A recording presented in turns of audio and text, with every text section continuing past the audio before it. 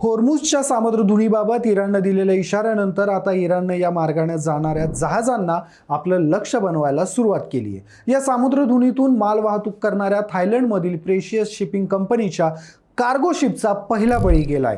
मयुरी नारी असं या कार्गो शिपचं नाव आहे। हे जहाज गुजरातच्या कांडला बंदराकडे येत होतं असं सांगितलं जातंय।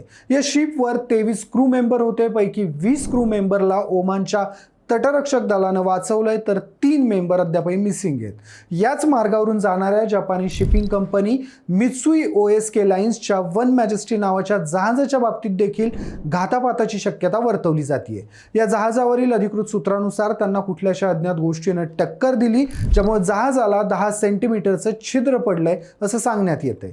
यासोबतच मार्शल आयर्लंड देशाचा ध्वज असणाऱ्या जहाजावर देखील हल्ला झालाय।